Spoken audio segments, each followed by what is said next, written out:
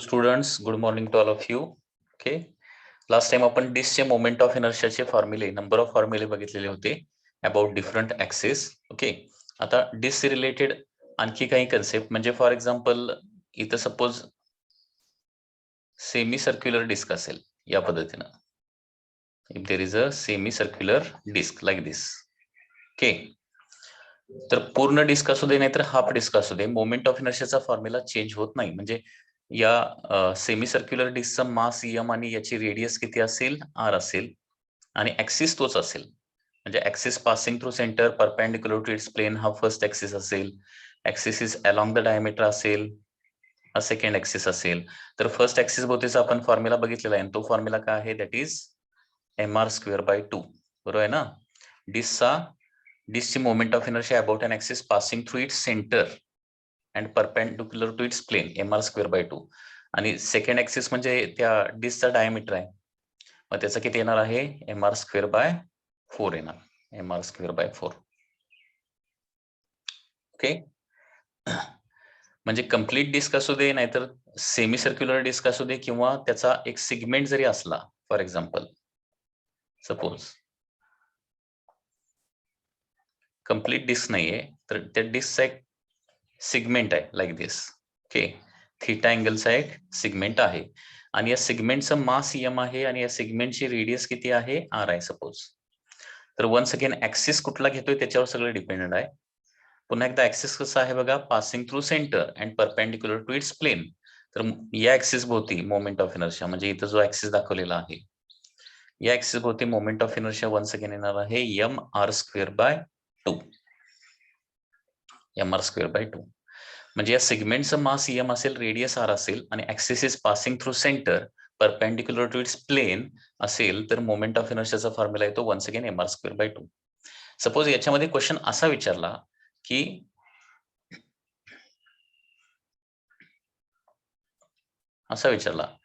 हा सेगमेंट एका डिस्क मधला पार्ट आहे.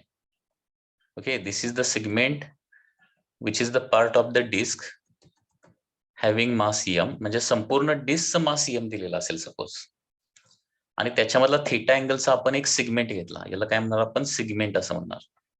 सिगमेंट, थीटा अँगलचा सिगमेंट घेतला आपण. ओके, म्हणजे हे एम हे मास, आर ही रेडियस ऑफ द डिस्क आहे किंवा रेडियस ऑफ सिगमेंट आहे. आता हे एम हे मास कोणाचं आहे, कंप्लीट डिस्कचं मास एम आहे. तर या सिगमेंटचं मास आता एम येणार नाही ना. मग पुन्हा एकदा axis passing through centre and perpendicular to its plane असेल, म्हणजे या ऍक्सिस होती. पुन्हा एकदा या ऍक्सिस होती मोमेंट ऑफ इनर्शिया किती येणार बघा. आता कंप्लीट डिस्कचं मास एम असेल तर सिगमेंटचं मास एम येणार नाही. सिगमेंटचं मास कसं काढणार आहे, हे एम हे मास किती डिग्रीसाठी येणार, 360 डिग्रीसाठी येणार आहे. So M into theta divided by काय येणार आहे, 2π. म्हणजे थीटा अँगल जर रेडियन मध्ये असेल तर θ/2π करायचं, थीटा अँगल डिग्री मध्ये असेल तर काय येणार आहे, θ डिवायडेड बाय 360 करणार. म्हणजे हे मास कोणाचं येणार, सिगमेंटचं. लक्षात घ्या, म्हणजे क्वेश्चन तुम्हाला व्यवस्थित रीड करावं लागेल.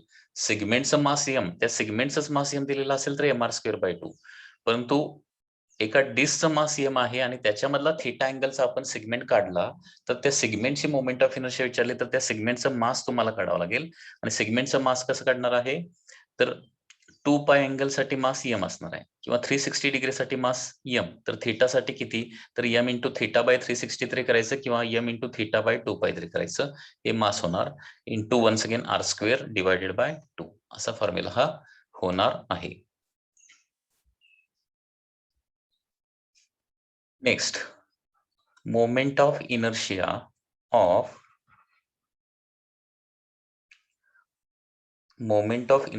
अन्युलर डिस्क आपण बघूया आता. Moment of inertia of annular disc. Moment of inertia of annular disc. Okay, आता ही अन्युलर डिस्क म्हणजे काय असणार आहे बघा. It is like this.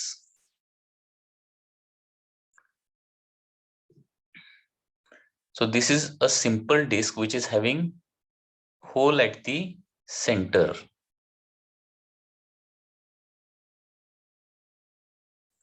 It will be like this.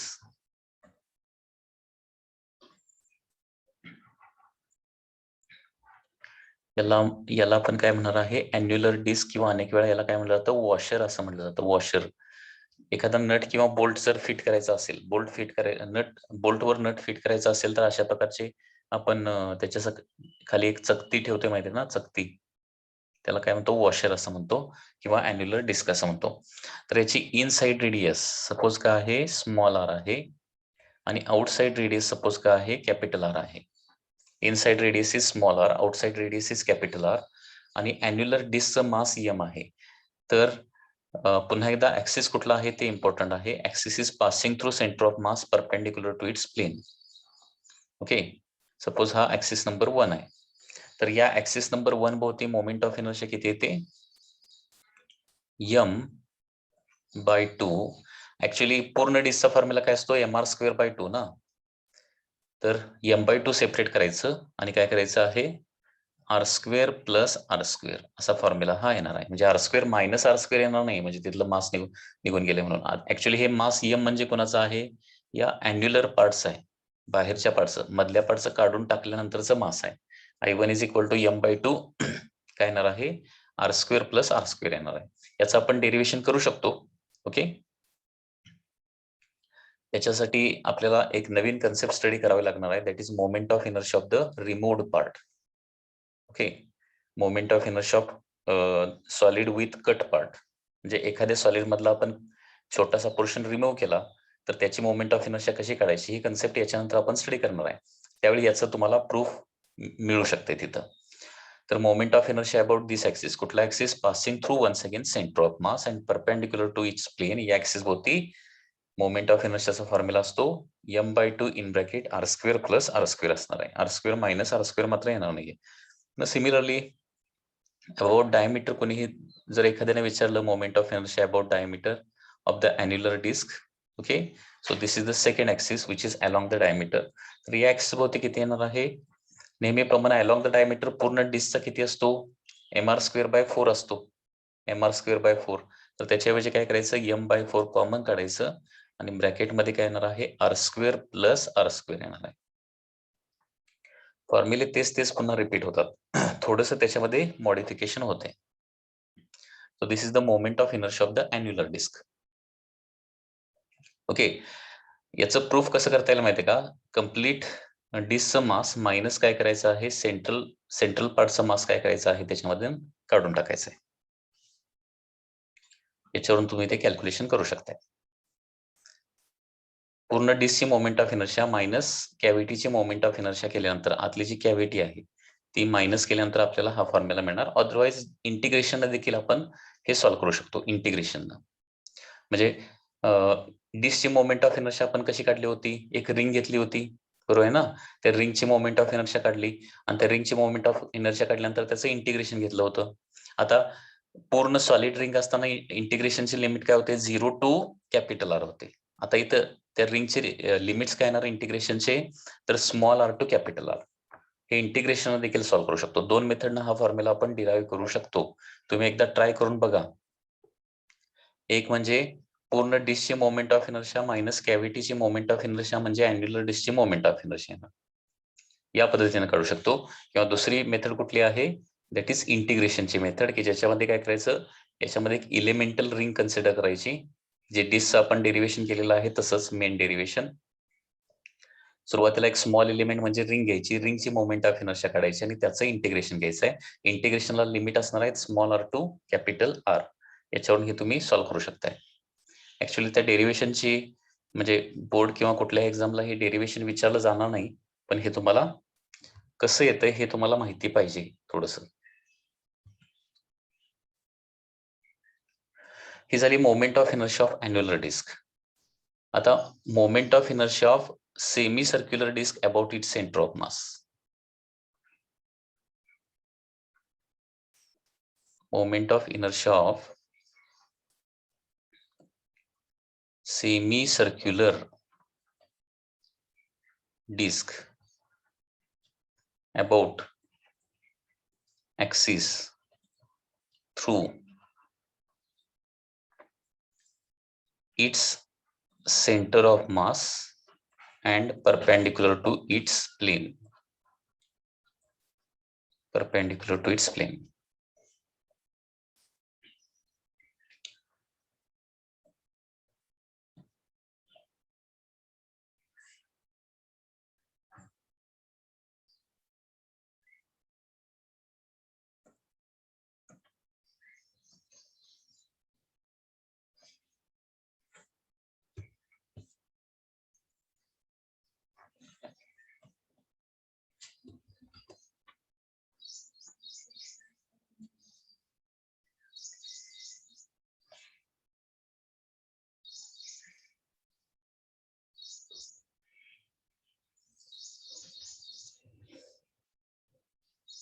Suppose there is a semicircular disc like this.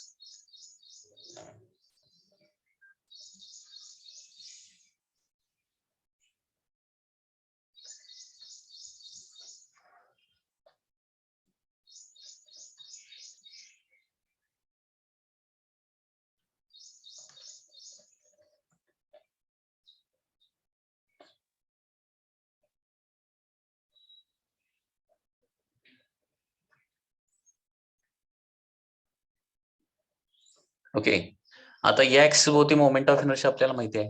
हा axis is passing through centre of mass, sorry passing through its centre माहिती आहे, centre passing through its centre. या axis भोवतीची moment of inertia माहिती आहे ना, म्हणजे हा बघा इथली diagram axis number 1 passing through centre perpendicular to its plane. आता सेमी सर्क्युलर डिस्कचा सेंटर ऑफ मास इथं कुठेतरी असतोय, इथं नसतो सेंटर ऑफ मास. हा झाला सेंटर ऑफ मास, COM. किंवा ही अशी डायग्राम काढली, वरून बघताना डायग्राम ही अशी दिसणार आहे. So once again this is a semi circular disc. Okay, हा जो ऍक्सिस आहे तो कसा आहे, this is the first axis passing through this center of complete disc and perpendicular to its plane. Centre of mass जो आहे ना तो याच्या हॉरिझॉन्टल लाईन पासून वर असतो. आणि हे तुम्हाला सेंटर ऑफ मास टॉपिक मध्ये सेंटर ऑफ मास किती डिस्टन्सला असतो हे झालेलं असेल. तर हे जे डिस्टन्स आहे ते 4r/3π असतं. हे डिस्टन्स किती असतं, 4r/3π. या ऍक्सिस भोवती आता काढायचं आहे. म्हणजे याला म्हणणार मी IC, याला म्हणणार मी IO, आणि त्यांच्यामधला डिस्टन्स आहे. म्हणजे इथं 2 पॅरल ऍक्सिस आहेत. म्हणजे या ऍक्सिस भोवती आपल्याला फाइंड आउट करायचं आहे. इथं सेंटर ऑफ मास असेल suppose. So this is IC, this is IO, आणि त्यांच्यामधलं डिस्टन्स H जे आहे, H म्हणजे डिस्कचा सेंटर आणि सेमी सर्क्युलर डिस्कचा सेंटर ऑफ मास यांच्यामधलं डिस्टन्स आपल्याला 4r/3π आहे.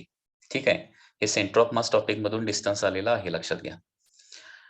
सेमी सर्क्युलर डिस्कचा सेंटर ऑफ मास जो आहे ना तो आतमध्ये असतो इथं. मग पॅरल ऍक्सिस थेरम इथं वापरू शकतो.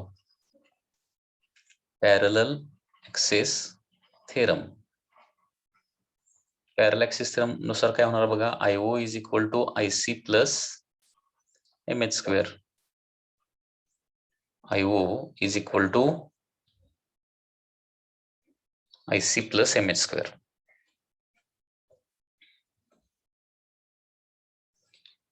ऍक्च्युली असं होणार, सॉरी जस्ट अ मिनिट.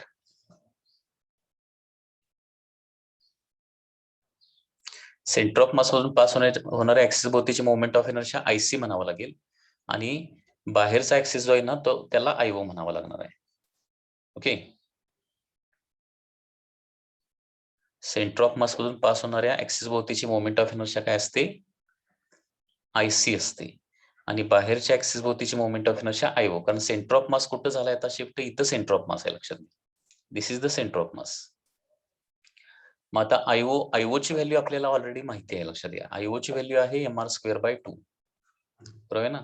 या ऍक्सिस भोवती moment of inertia mr²/2 is equal to IC आपल्याला फाइंड आउट करायचं आहे, प्लस m इंटू h².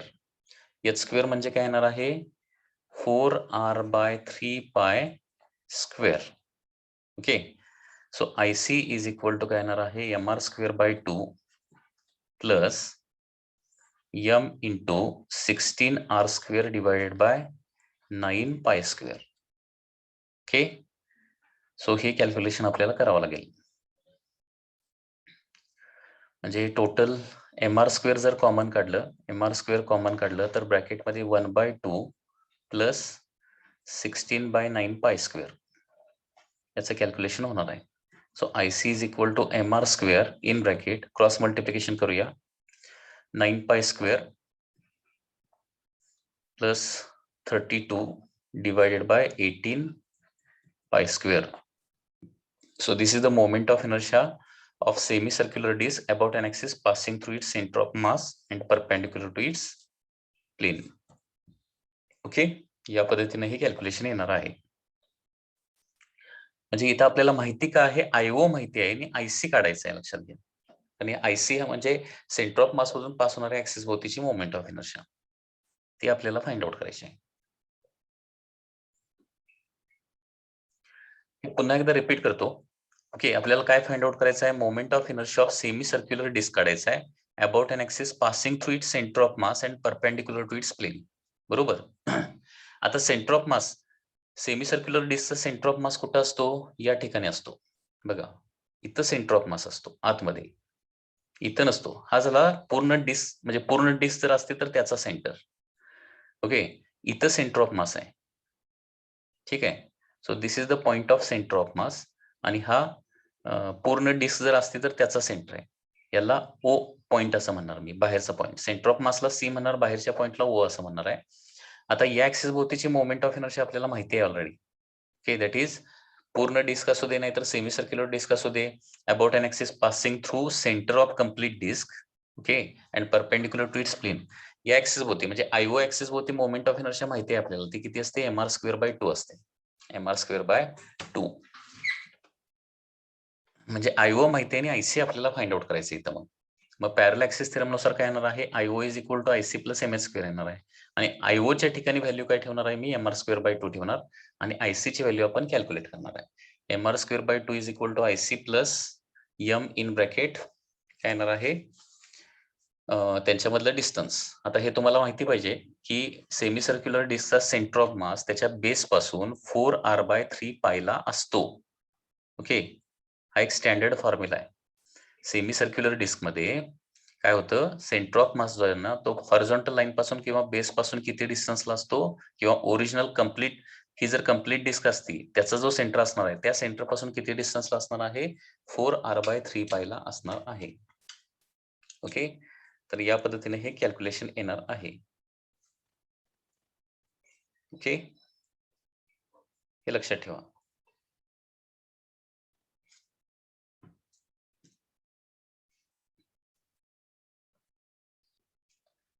त्याच्यानंतर नेक्स्ट बघणार आहे आपण, that is moment of inertia of rectangular slab.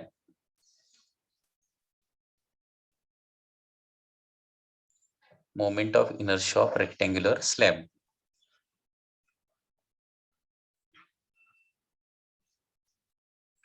So rectangular slab is like this.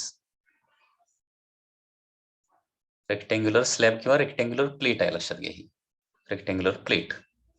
Okay, आणि याचे डिफरंट ऍक्सेस जे आहेत ते या पद्धतीने येणार आहेत.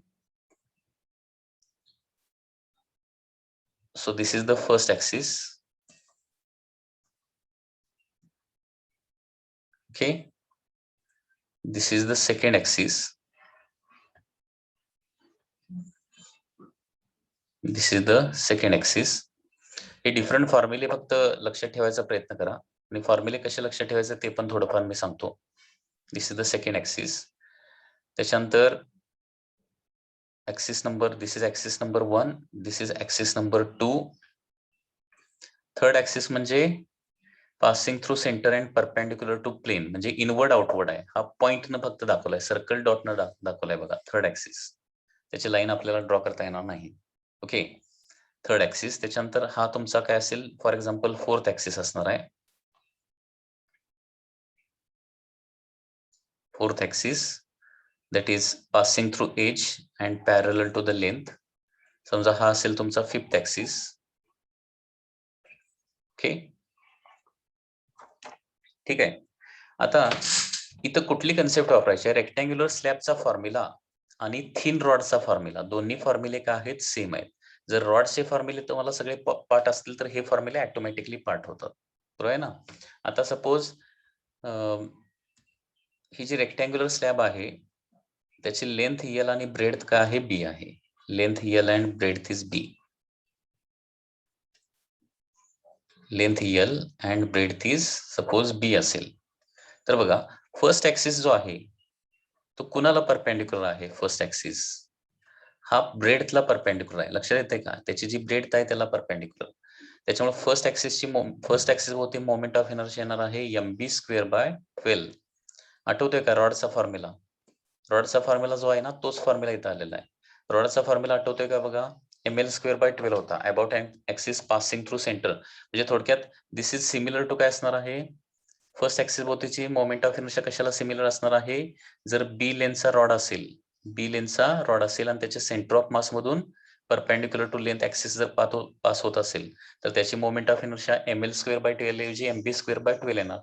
ओके, तसं आता सेकंड ऍक्सिस कोणाला परपेंडिक्युलर आहे बघा, हा जो सेकंड ऍक्सिस आहे, okay, it is perpendicular to length आहे, लेंथला परपेंडिक्युलर. ओके, म्हणजे सेकंड ऍक्सिस भोवतीची मोमेंट ऑफ इनर्शिया म्हणजे रॉडची मोमेंट ऑफ इनर्शिया येणार आहे की ज्याची लेंथ L असणार आहे. वन्स अगेन याचा फॉर्म्युला येणार आहे ml²/12. या पद्धतीने हे फॉर्म्युले लक्षात ठेवायचे आहेत. म्हणजे रेक्टँग्युलर स्लॅबचे फॉर्म्युले आणि रॉडचे फॉर्म्युले सेमच आहेत, फक्त तो ऍक्सिस कोणाला परपेंडिक्युलर आहे, म्हणजे L ला परपेंडिक्युलर असेल तर ml²/12 लिहायचं आणि B ला परपेंडिक्युलर असेल तर mb²/12 लिहायचं. त्याच्यानंतर थर्ड ऍक्सिस. आता थर्ड ऍक्सिस भोवतीची मोमेंट ऑफ इनर्शिया कसं काढणार बघा, इथं परपेंडिक्युलर ऍक्सिस थेरम आपण यूज करू शकतोय. म्हणजे हा एक ऍक्सिस झाला in the plane of lamina. For example हा एक्स ऍक्सिस समजूया, हा दुसरा वाय ऍक्सिस झाला which is also in the plane of lamina किंवा in the plane of the plate.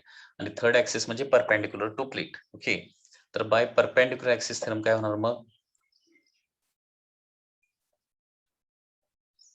Bye perpendicular axis theorem, by perpendicular axis theorem IZ म्हणजे I3 होणार. दोन्ही ऍक्सिसला perpendicular आणि त्या प्लेटला परपेंडिक्युलर, स्लॅबला परपेंडिक्युलर असणारा ऍक्सिस म्हणजे IZ असतं. आणि त्याच्यानंतर IX आणि IY म्हणजे त्या प्लेटच्या प्लेन मध्ये असणारे ऍक्सिस म्हणजे काय येणार आहे, I1 आणि I2 येणार आहेत. IZ is equal to IX plus IY हीच कन्सेप्ट इथे यूज केलेली आहे आपण. So I3 is equal to काय होणार आहे, ml²/12 प्लस mb²/12 होणार आहे. ठीक आहे, म्हणजे m/12 जर कॉमन काढलं तर ब्रॅकेटमध्ये काय राहणार आहे, L² प्लस B², म्हणजे B² प्लस L² किंवा L² प्लस B². हे थर्ड ऍक्सिस भोवतीची मोमेंट ऑफ इनर्शिया येणार आहे. त्याच पद्धतीनं आता फोर्थ ऍक्सिस जो आहे, फोर्थ ऍक्सिस कसा आहे बघा, फोर्थ ऍक्सिस पुन्हा एकदा लेंथ कुणाला परपेंडिक्युलर आहे, ब्रेडथला परपेंडिक्युलर आहे. फोर्थ ऍक्सिस कुणाला परपेंडिक्युलर आहे ते ठरवा अगोदर. फोर्थ ऍक्सिस जो आहे ना तो ब्रेडथला अलॉंग द लेंथ आहे, ब्रेडथला परपेंडिक्युलर आहे, बरोबर आहे ना. म्हणजे इथं असं फोर्थ ऍक्सिस म्हणजे असं तुम्ही अज्युम करू शकताय की एक रॉड आहे, बी लेन्थ आहे आणि त्याच्या लेंथला परपेंडिक्युलर आणि एंड मधून ऍक्सिस जर पास होत असेल तर मोमेंट ऑफ इनर्शियाचा फॉर्म्युला बघितलाय ना, रॉडच्या एंड मधून ऍक्सिस पास होत असेल तर फॉर्म्युला काय असतो, ml²/3 असतो, आठवतंय का, ml²/3. तर इथं length of the rod B घ्यावं लागणार, mb²/3 येणार आहे. लक्षात येत आहे, mb²/3 फोर्थ ऍक्सिस होती. त्याच्यानंतर फिफ्थ ऍक्सिस बघा, हा जो फिफ्थ ऍक्सिस नंबर 5 जो आहे तो इथं आहे बघा, this is axis number 5. Axis number 5 जो आहे ना तो कोणाला परपेंडिक्युलर आहे बघा, ऍक्सिस नंबर 5 हा लेंथला परपेंडिक्युलर आहे. म्हणजे तुम्ही इथं असं अज्युम करू शकताय की ऍक्सिस नंबर 5 म्हणजे काय, 5 हा कोणाला परपेंडिक्युलर असणार आहे, L लेंथच्या रॉडला परपेंडिक्युलर असणार आहे आणि पासिंग थ्रू एंड आहे. त्याच्यामुळे काय होणार आहे, ml² काय येणार आहे, इथं 3 येणार आहे, ml²/3. So this is axis number 5. आता पाहिजे तर इथं या दोघांचा इंटरसेक्शन कुठला, ऍक्सिस नंबर 4 आणि ऍक्सिस नंबर 5 हे काय आहे, in the plane of lamina आहे. आणि इथं ऍक्सिस नंबर 6 एक घेतला मी, 6 which is perpendicular to plane of lamina असेल. Axis number 4 in the plane, axis number 5 in the plane, हे दोघे एकमेकाला परपेंडिक्युलर आहेत. Axis number 6 which is perpendicular to plane of lamina. तर इथं देखील आपण काय करू शकतो, ऍक्सिस नंबर 6 भोवतीची मोमेंट ऑफ इनर्शिया काढायची असेल तर परपेंडिक्युलर ऍक्सिस थेरम वापरू शकतो, बाय परपेंडिक्युलर ऍक्सिस थेरम.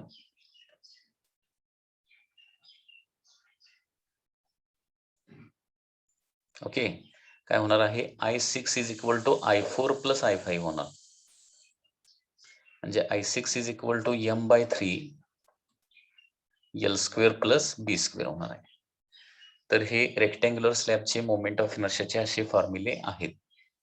लक्षात येते का बघा, गिवन ऍक्सिस म्हणजे रेक्टँग्युलर स्लॅबला काय करायचं आहे, थोडक्यात एक थिन रॉड फक्त कन्सिडर करायचं आहे आणि एखाद्या ऍक्सिस भोवतीची मोमेंट ऑफ इनर्शिया काढायची असेल तर काय करायचं, एखाद्या ऍक्सिस भोवतीची मोमेंट ऑफ इनर्शिया काढायचं असेल तर किती लेंथचा तिथे रॉड कन्सिडर करावा लागणार हे तुम्हाला थिंक करता आलं पाहिजे. ओके, सो ऍक्सिस नंबर 1 ला बी लेंथ घेणार आहे. ऍक्सिस नंबर 1 ला बी लेंथ, ऍक्सिस नंबर 2 ला काय घेणार आहे, एल लेंथ घेणार आहे, आणि ऍक्सिस नंबर 3 म्हणजे 1 आणि 2 चे ऍडिशन. ठीक आहे. त्याचबरोबर ऍक्सिस नंबर 4 ला काय घेणार आहे, बी एवढी लेंथ घेणार आहे पासिंग थ्रू एंड, आणि ऍक्सिस नंबर 5 ला एल एवढी लेंथ घेणार आहे पासिंग थ्रू एंड येणार आहे. ओके. तर रेक्टँग्युलर स्लॅब ऐवजी काय करायचं आहे, त्या ऍक्सिसला परपेंडिक्युलर रॉडच तुम्हाला कन्सिडर करायचा आहे. त्या प्लेटमध्ये रॉड कसा बसेल हे तुम्हाला अज्युम करायचं आहे. पाहिजे तर पुन्हा एकदा इथं डायग्राम काढूया आणि त्याचे रॉड मध्ये रिप्रेझेंटेशन कसं होणार पुन्हा एकदा जस्ट रिव्हिजन करूया, म्हणजे आणखी तुम्हाला क्लिअर होईल. सपोज हा ऍक्सिस नंबर 1 असेल, तर ऍक्सिस नंबर 1 ला परपेंडिक्युलर रॉड असा येणार ना, बघा असं तुम्ही इमॅजिन करू शकता. म्हणजे या रॉडची लेंथ म्हणजे काय होणार आहे, इक्वल टू ब्रेडथ होणार आहे. सपोज हा ऍक्सिस नंबर 2 असेल, ऍक्सिस नंबर 2 ला परपेंडिक्युलर रॉड म्हणजे असा रॉड कन्सिडर करावा लागणार आहे, बरोबर आहे ना. आणि त्या रॉडची लेंथ म्हणजे काय येणार आहे, ही लेंथ येणार आहे, ही एल. ठीक आहे. आणि passing through centre perpendicular to its plane, या पद्धतीने तुम्ही थिंक करू शकताय. ठीक आहे. किंवा ऍक्सिस नंबर 3 तर इथं आला perpendicular to its plane. Axis number 4 कुठं आलेला आहे, ऍक्सिस नंबर 4 असा आहे. 4 ऍक्सिसला रॉड कसा कन्सिडर करावा लागणार, हाच रॉड परत येणार आहे. फक्त 4 ऍक्सिस काय होतोय, सेंटर मधून पास होण्याऐवजी एंड मधून पास होतोय. 5th ऍक्सिस, सपोज हा 5th ऍक्सिस असेल, तर 5th ऍक्सिसला रॉड कसा येणार आहे, असा रॉड येणार आहे. हा रॉड कसा येऊ शकतो हे तुम्हाला फक्त थिंक करायचं आहे. आणि त्याच्यानुसार काय करायचं आहे, रेक्टँग्युलर स्लॅबची मोमेंट ऑफ इनर्शिया म्हणजेच थिन रॉडची मोमेंट ऑफ इनर्शियाचे फॉर्म्युले पुन्हा एकदा येतात, हे लक्षात ठेवायचं. आता रेक्टँग्युलर स्लॅब जे आहे त्याच्या मोमेंट ऑफ इनर्शियाचे फॉर्म्युले तुम्हाला माहिती व्यवस्थित कळलेले असतील, तर त्याच्यावरून इझिली तुम्ही moment of inertia of square plate काढू शकता. आता moment of inertia of square plate about different axis, moment of inertia of square plate. Okay. म्हणजे जे फॉर्म्युले रेक्टँग्युलर स्लॅबला येणार आहेत तेच स्क्वेअर प्लेटला येणार आहेत. रेक्टँग्युलर स्लॅबला 2 साइड डिफरंट असतात आणि स्क्वेअर प्लेटला रेक्टँग्युलर स्लॅबला दोन्ही साइड डिफरंट असतात, तर स्क्वेअर प्लेटला दोन्ही सगळ्या साइड काय असणार आहे, सेमच असणार आहेत. सगळ्या साइड काय असणार आहेत, ए एवढे असणार आहेत. आता फॉर एक्झाम्पल याच्यामध्ये रॉड नंबर 1 घेतला आपण, सॉरी ऍक्सिस नंबर 1 जर घेतला, दिस इज ऍक्सिस नंबर 1. त्याच्यानंतर हा तुमचा ऍक्सिस नंबर 2 घेतला सपोज,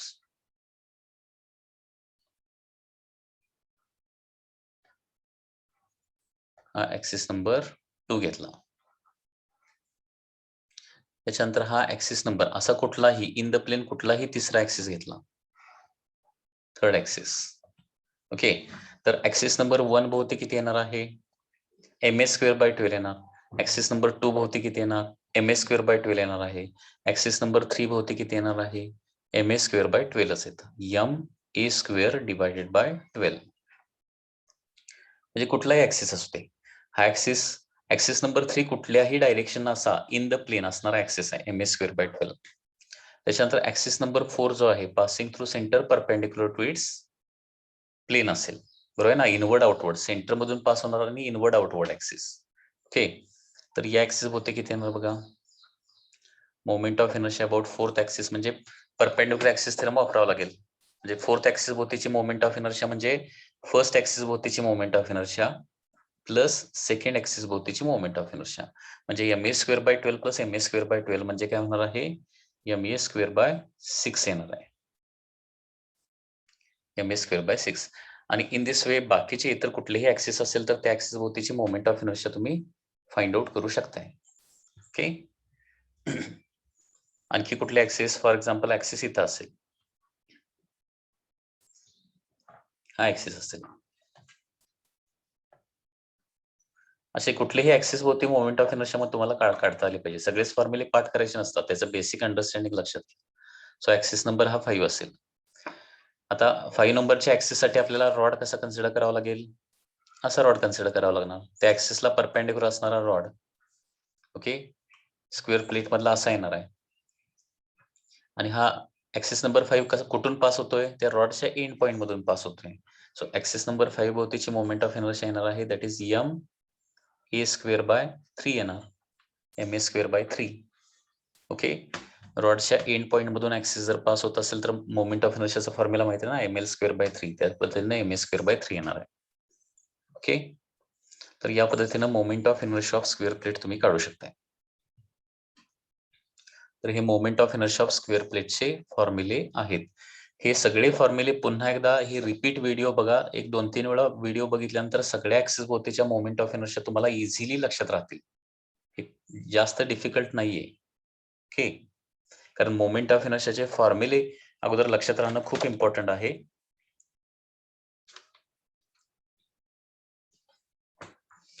आता काय करूया, स्क्वेअर प्लेट आणि डिस्कचं कॉम्बिनेशन करूया आणि त्याचं एक मोमेंट ऑफ इनर्शिया काढायचा आपण प्रयत्न करूया. Okay, suppose as a one question, suppose there is a square plate like this and या स्क्वेअर प्लेटला काय लावलेलं आहे तर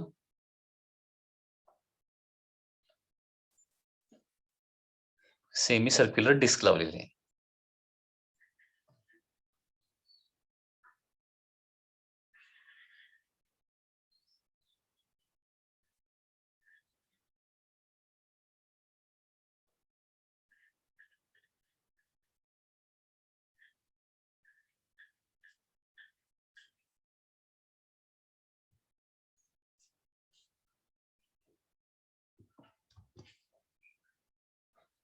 like this.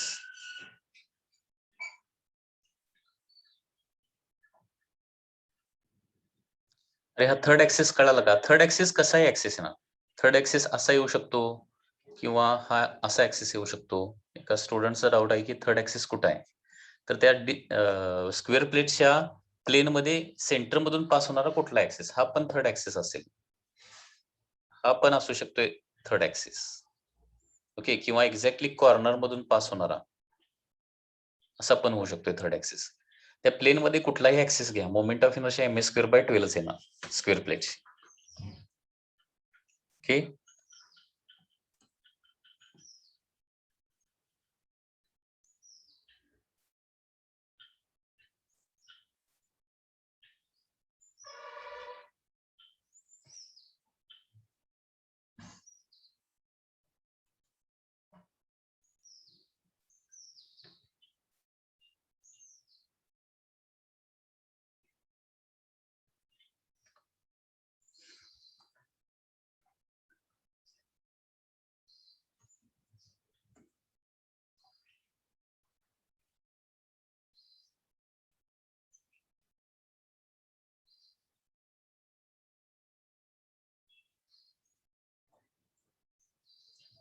सपोज इथे एक स्क्वेअर प्लेट आहे, त्याची साइड ए आहे आणि त्याला काय केलेली आहे, स्क्वेअर प्लेट ए आहे आणि त्याला एक डिस्क अशी अटॅच केलेली आहे.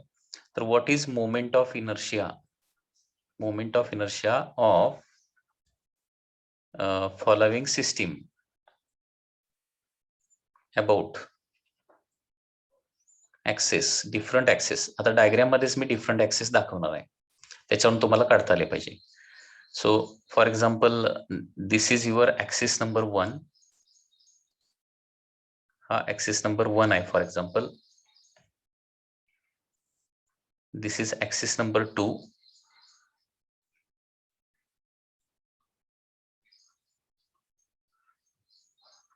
सेकंड ऍक्सिस भोवती काढायचा आहे. And axis number 3 is like this. Axis number 3 लक्षात आलं का बघा कसं आहे. Axis number 3 is passing through centre of the semi circular disc and perpendicular to plane आहे. म्हणजे तुम्हाला थर्ड ऍक्सिस भोवतीची मोमेंट ऑफ इनर्शिया काढायची असेल तर तुम्हाला परपेंडिक्युलर ऍक्सिस थेरमच वापरावं लागेल. म्हणजे अगोदर फर्स्ट ऍक्सिस भोवती काढायचं, मग सेकंड ऍक्सिस भोवतीचं काढायचं आणि मग थर्ड ऍक्सिस भोवतीचं काढायचं. Okay, third axis is like this. Okay, inward outward axis आहे, तो आपल्याला दिसत नाही. आता फर्स्ट ऍक्सिस भोवतीची moment of inertia, moment of inertia about first axis म्हणजे काय, moment of inertia of the plate येणार आहे plus moment of inertia of काय येणार आहे, दॅट सेमी सर्क्युलर डिस्क येणार आहे. आता फर्स्ट ऍक्सिस जो आहे तो कसा आहे बघा. फर्स्ट ऍक्सिस आता मी ऑलरेडी सांगितलंय, स्क्वेअर प्लेट किंवा रेक्टँग्युलर प्लेटची मोमेंट ऑफ इनर्शिया काढायची असेल तर काय करायचं आहे, त्या रॉड इमॅजिन करायचा आहे तुम्हाला. ओके, तर रॉड कसा येणार बघा, ए लेनचा रॉड येणार आहे की ज्याच्या एंड मधून ऍक्सिस नंबर 1 पास होतोय. तर त्याच्यामुळं फर्स्ट ऍक्सिस होती मोमेंट ऑफ इनर्शिया काय येणार आहे, एम ए स्क्वेअर बाय 3 येणार. आता याच्यामध्ये क्वेश्चन मध्ये असं दिलेलं असणार आहे की डिस्कचं प्लेटचं मास यम आहे आणि डिस्कचं मास पण यम आहे, असं आपण ऍझ्युम करूया. दोन्हीचं मास यम आहे. ठीक आहे, तर यम ए स्क्वेअर बाय 3 येणार आहे प्लेटची moment of inertia about first axis. Okay, plus डिस्कची moment of inertia about first axis. First axis disc साठी कसा आहे, तर डायमीटर आहे. बरोबर आहे ना. फर्स्ट ऍक्सिस हा डिस्क साठी कसा आहे, तर डायमीटर आहे. आणि डायमीटर भोवती moment of inertia of disc किती असते, एम आर स्क्वेअर बाय 4 असते. आठवते का. So M A square by 3 plus, आता इथं डिस्कची रेडियस किती होणार आहे, आता डिस्कचा डायमीटर होणार आहे स्क्वेअरची साइड म्हणजे ए होणार, म्हणजे रेडियस होणार आहे that is M by 4 as it is. Radius होणार आहे ए बाय 2. ए बाय 2 चा स्क्वेअर म्हणजे ए स्क्वेअर बाय 4 होणार आहे. म्हणजे टोटल मोमेंट ऑफ इनर्शिया येणार आहे एम ए स्क्वेअर जर कॉमन काढलं तर ब्रॅकेटमध्ये 1/3 प्लस 1/16. बरोबर आहे का बघा. एम आर स्क्वेअर बाय 4 मध्ये आर फक्त रिप्लेस केलेला, आर रिप्लेस केलेला आहे ए बाय 2 न. ए बाय 2 चा स्क्वेअर म्हणजे ए स्क्वेअर बाय 4. म्हणजे हे क्रॉस मल्टिप्लिकेशन केलं तर फर्स्ट ऍक्सिस भोवतीची मोमेंट ऑफ इनर्शिया येणार आहे M A square into 16 plus 3 म्हणजे 19 डिवायडेड बाय 48, किंवा असं लिहूया 19/48 M A square. Okay, 19/48 M A square. त्याच पद्धतीनं moment of inertia about second axis काढूया.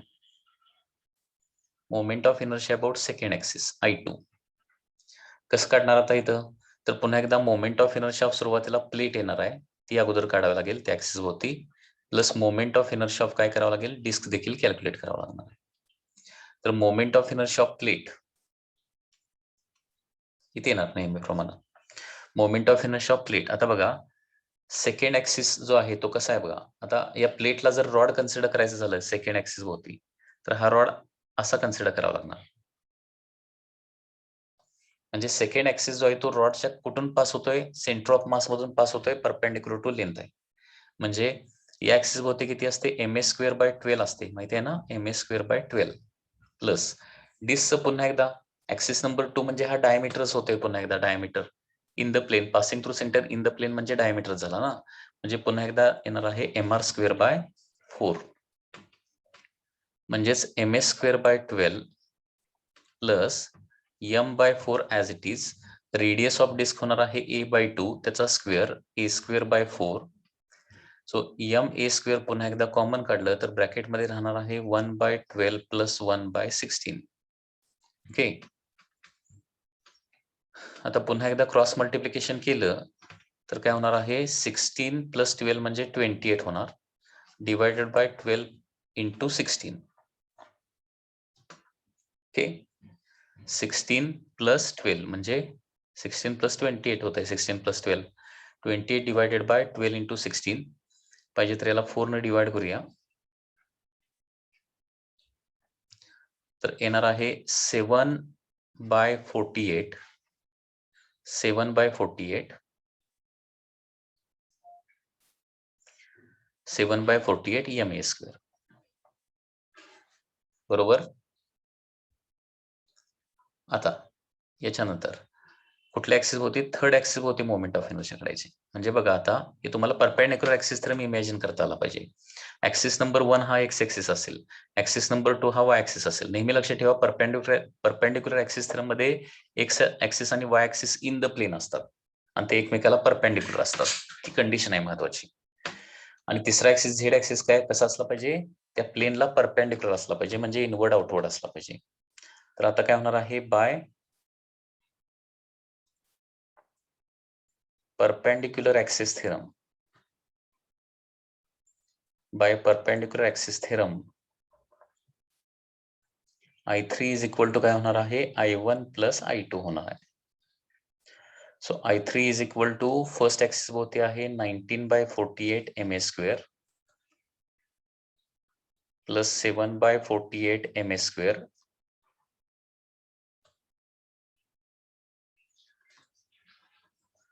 सो I3 येणार आहे दॅट इज 19 प्लस 7 म्हणजे 26/48 ma². सो फायनल आन्सर येणार आहे I3 is equal to 13/24 ma². Okay.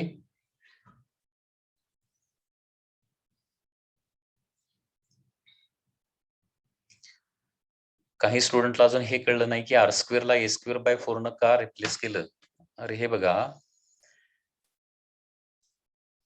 डिस्कची radius r असेल तर डिस्कचा डायमीटर किती येणार 2r आणि 2r म्हणजे काय येणार आहे स्क्वेअरची साइड येणार आहे. 2r म्हणजे स्क्वेअरची साइड म्हणजे r म्हणजे काय येणार आहे a/2 येणार ना. r म्हणजे a/2 आणि r² म्हणजे काय होणार मग r² म्हणजे a²/4 होणार. r² is equal to a²/4.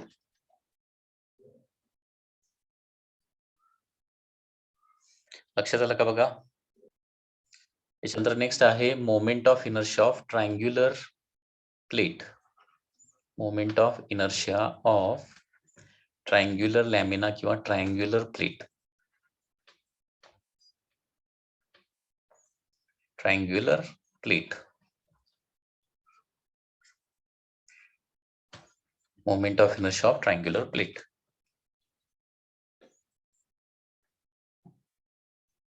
Suppose there is a triangular plate like this. तर याचे डिफरंट ऍक्सिस भोवतीचे मोमेंट ऑफ इनर्शियाचे जे फॉर्म्युले आहेत ते फॉर्म्युले तुम्हाला माहिती असणं आवश्यक आहे.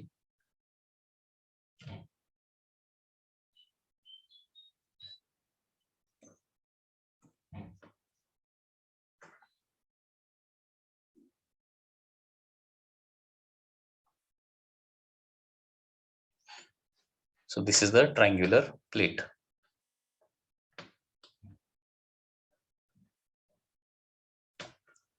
ओके. तर याच्यामध्ये कुठले कुठले डिफरंट ऍक्सिस असणार आहे axis number 1, axis number 2, axis number 3. So this is axis number 1 triangular. आता ही राईट अँगल ट्रायंग्युलर प्लेट आहे म्हणजे एक angle 90 degree. So this is axis number 1 येणार ऍक्सिस भोवती. This is axis number 2 and this is the axis number 3.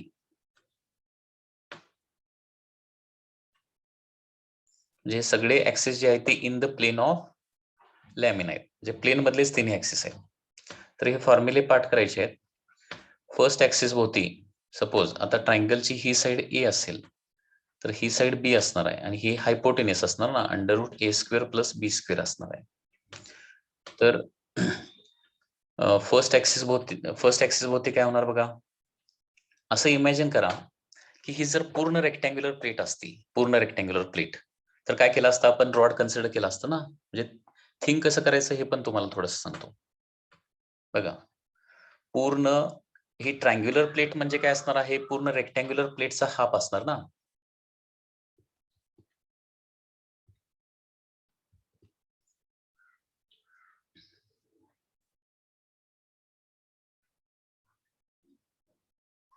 म्हणजे जर rectangular plate असती पूर्ण तर अशी असते.